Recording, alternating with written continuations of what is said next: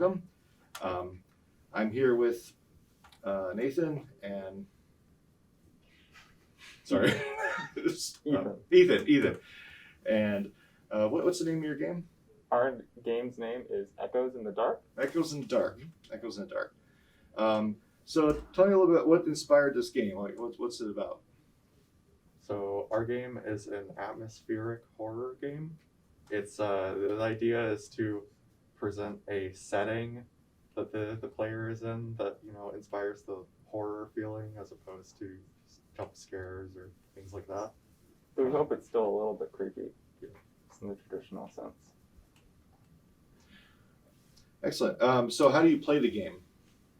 Like, what's the strategy for playing the game? So the idea is that it's got a bunch of first-person shooter elements, but it's used subversively. So there's enemies that you shoot at, but we try and disincentivize doing that as much as possible by pretty much being stacked against you. So explain why is that stacked against you? It's contrary to most popular games. So our central mechanic of our game is that enemies follow audio. Okay. And so the gun makes a lot of noise. Oh. And if you shoot at something, that's pretty much a guarantee that it will run at you. And in 3 hits, you die. Oh, okay. So we force this upon the player, like right there, by making them have to shoot the gun to progress. So it instead becomes, how do I use the gun smartly? Okay, and I noticed right there we had some sort of white flash go down the tunnel. Can you explain what that is? So one of the mechanics in the game is that you can listen out for enemies, which is what that effect is supposed to represent. It expands the distance that you can see by showing a silhouette as it travels down the tunnel. But in addition to that, it also changes the way that the audio in the game is mixed. So whenever you use that, it drowns out any ambient sounds, so you can just focus on what sounds the enemies make. And it's supposed to give the player a little bit of a better idea as to where things are as they're moving around and how they can avoid them. Okay, excellent. No, that's a neat mechanic. So what's the goal of this level?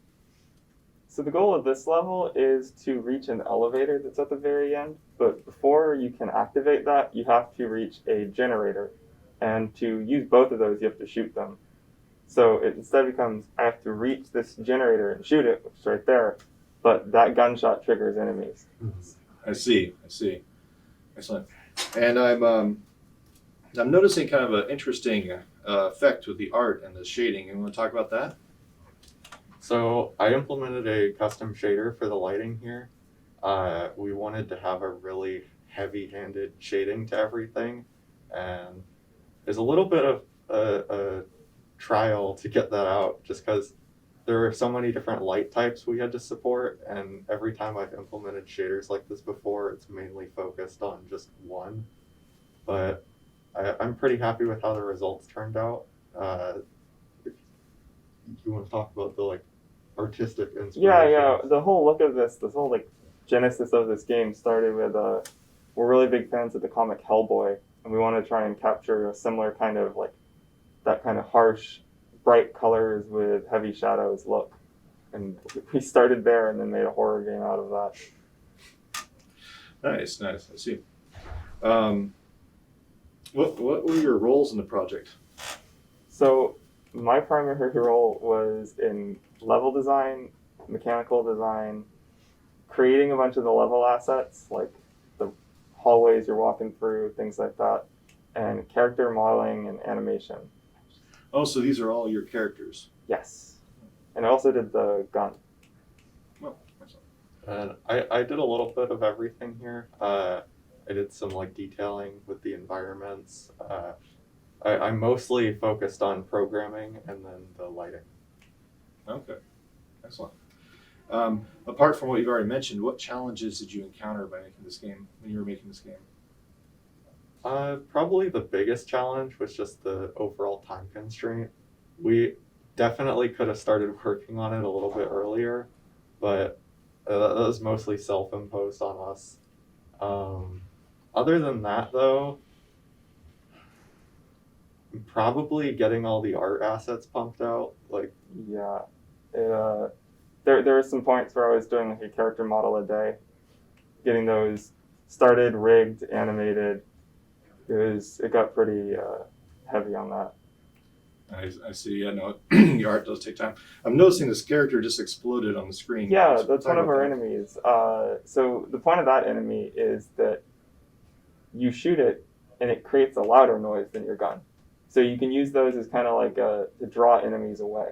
Mm. So these are placed throughout this whole cave level, which is our second level. So a lot more expansive than the first one. What's the objective of this level? Same thing, or is there something else? So there's a big giant door at the end, and that'll be pretty easy to notice once it's on screen.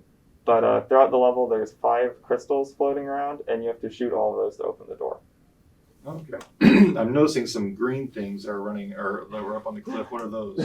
I guess they're technically enemies. They're weird little frog creatures we made. They've got 7 eyes. We just wanted to have some life, No, that makes sense. just to make the player feel a little like they're not in their natural place. you can see here the statue that was just triggered. It should get some enemies running in here. Although this level is pretty big, so. What was your favorite part of this game? For me, it's just how like the look turned out of everything. Just like just seeing how the lighting turned out, the levels with the shading on them, and characters running through it. It looks pretty much like how we wanted it to look. So that was really nice to see, because we've had games before where it's like this does not line up with our mind's vision. Yeah, that's the art is definitely the biggest thing for me that I'm proud of here. It turned out almost exactly how I wanted it, and I implemented the shader, so like I look at it and I see problems still, but on the whole, I'm really happy with it. No, it's good. It's very good. Is there a story to the game? Inside the game? Kind of. There's not any like narrative like thrown at the player. I guess the idea is you fell into a cave. It starts with like a cutscene where there's sound effects of like a cave in, and then you got to go deeper. If there's any way out, you got to go deeper to find it. Okay. And so as you're going, things get weirder. So this is like a cave after the mine shaft, but there's that giant door, and behind that are much weirder things.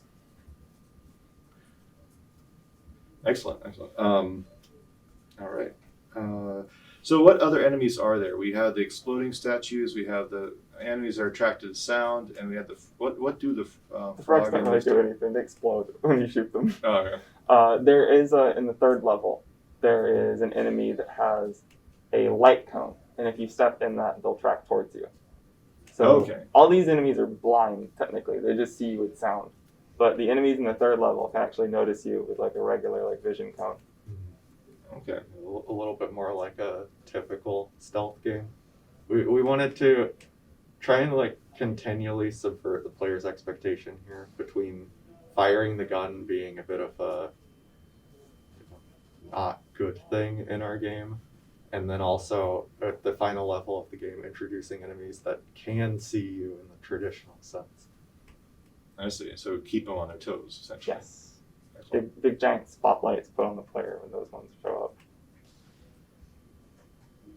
Excellent. Do we? Is there scenes in the third level in this? Yeah, they're coming up. All right. I after you shoot that crystal, I pretty much cut this to where it just gets right to the next stuff after that.